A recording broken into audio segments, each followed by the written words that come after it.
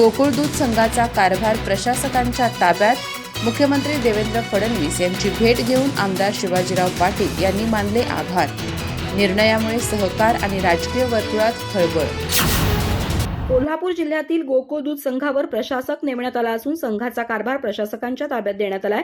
संचालक मंडळाची मुदत संपल्यानंतर शासनानं हा महत्त्वपूर्ण निर्णय घेतल्यानं सहकार आणि राजकीय वर्तुळात मोठी खळबळ उडाली आहे. या पार्श्वभूमीवर चंदगडचे आमदार शिवाजी पाटील यांनी मुंबई इथं जाऊन मुख्यमंत्री देवेंद्र फडणवीस यांची भेट घेतली. गोकुळमधील कथित गैरकारभाराच्या पार्श्वभूमीवर प्रशासक नेमल्याबद्दल त्यांनी मुख्यमंत्र्यांचे आभार मानले.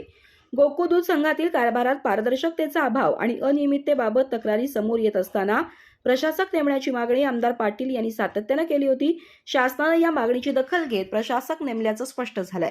गोकुळसारख्या मोठ्या सहकारी संस्थेवर प्रशासक नेमल्यानं जिल्ह्यातील सहकार क्षेत्रात चर्चांना उधाण आलंय. या निर्णयामुळे संघाच्या कामकाजात पारदर्शकता, शिस्त आणि उत्तरदायित्व वाढण्याची अपेक्षा व्यक्त केली जाते.